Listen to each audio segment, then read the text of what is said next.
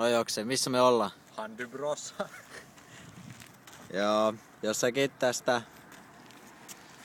Mitenköhän tästä on? 25 Randersia. 25 Randersia, meidän leirintäalue on siellä jossakin kyllä vähän niinkö lähempänä onneksi. Tässä justi herkkusafkoja taas vaihteeksi.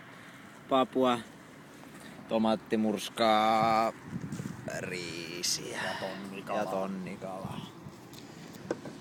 Tiet on ollut sellaisia ilmapyöräteitä ja autoja tullut hirveästi, mutta Aurinko paistaa. aurinko paistaa eikä tuule oikeastaan, että sillä on ihan kiva potki. Siellä oli yksi muistutus tien varressa, siellä oli laitettu kynttilöitä ja kukkia, että ajetaan varovasti. Ja niin. Nyt safkataan ja vähän chillataan ja sitten taas matka jatkuu.